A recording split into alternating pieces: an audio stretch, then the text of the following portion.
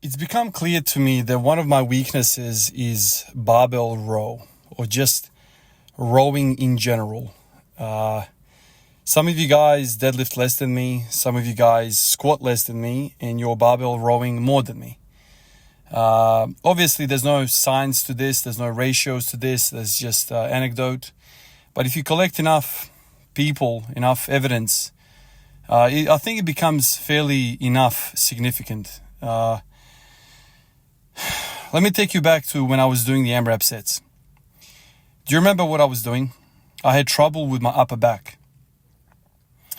So much so that I was like, man, I have to do something about that. So I started doing lateral raises. I started doing barbell rows. I started doing dumbbell rows. I started doing all sorts of rows just to kind of address that weakness of mine. I didn't really know what was going on, other than that my freaking back rack during my high bar squats was failing me. It was just literally on fire so bad that I couldn't keep my elbows back anymore.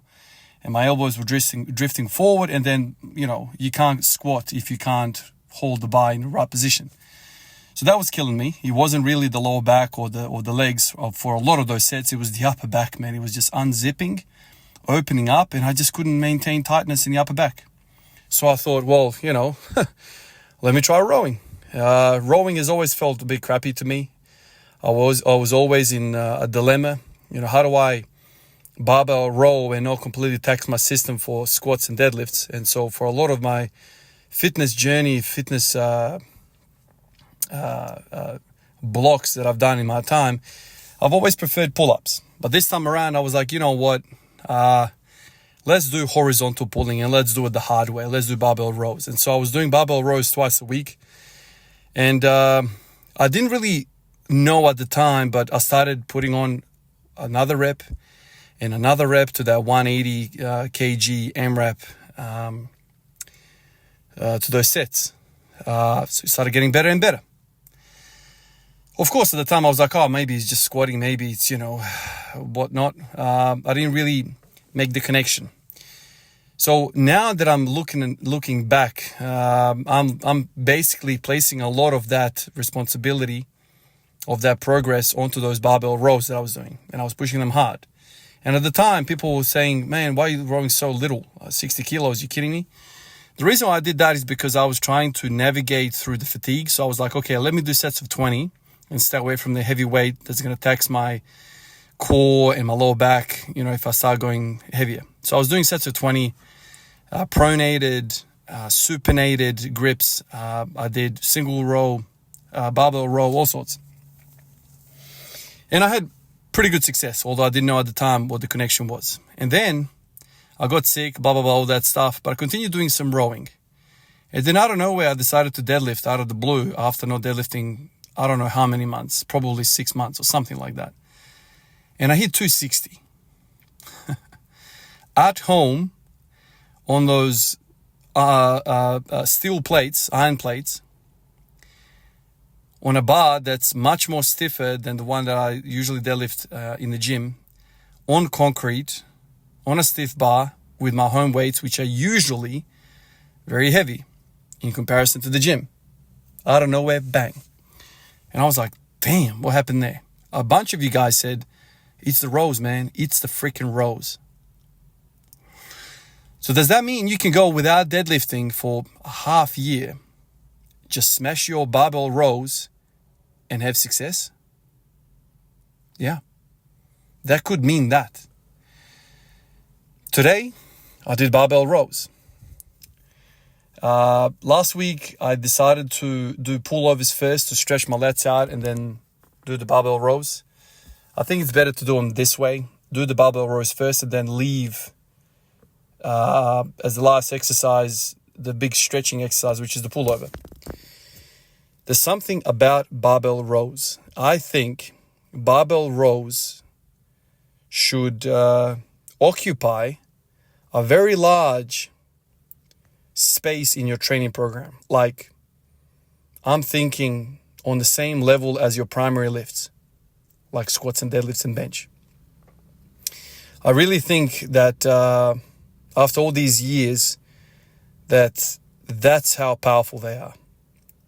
Obviously, this is just my experience, but I'm just kind of pulling all of these data points together, and I'm finding that this is the case. Way too many things happened.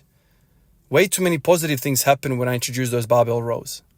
My deadlift, my squat, who knows, maybe even the bench press profited from it.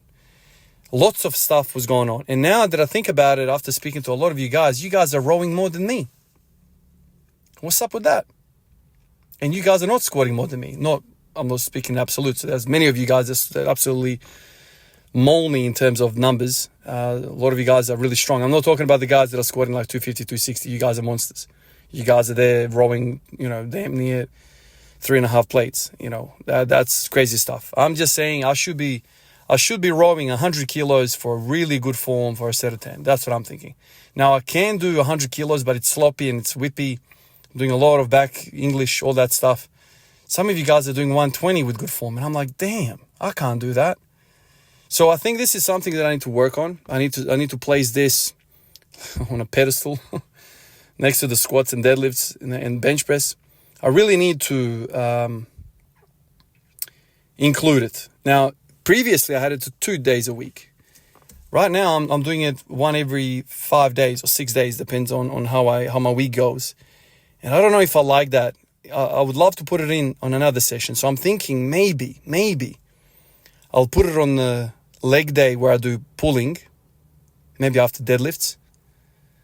And then I'll also do it on the upper pull day as well. So lower pull, upper pull, I'll do rows.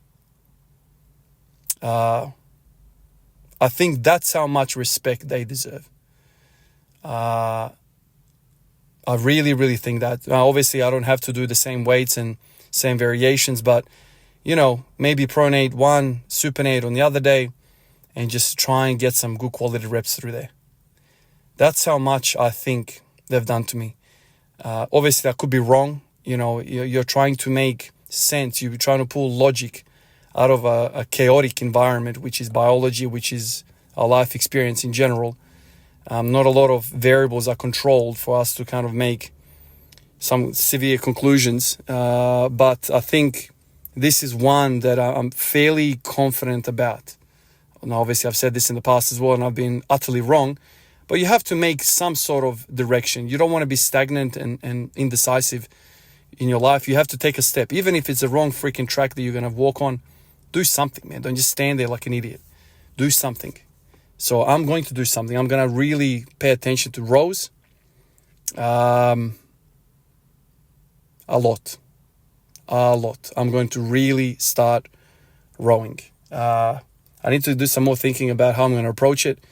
But I think some sort of rowing, even if I do like the Australian pull-up business, the horizontal or reverse row, whatever you want to call it, just some sort of rowing, I think will make huge benefits for me.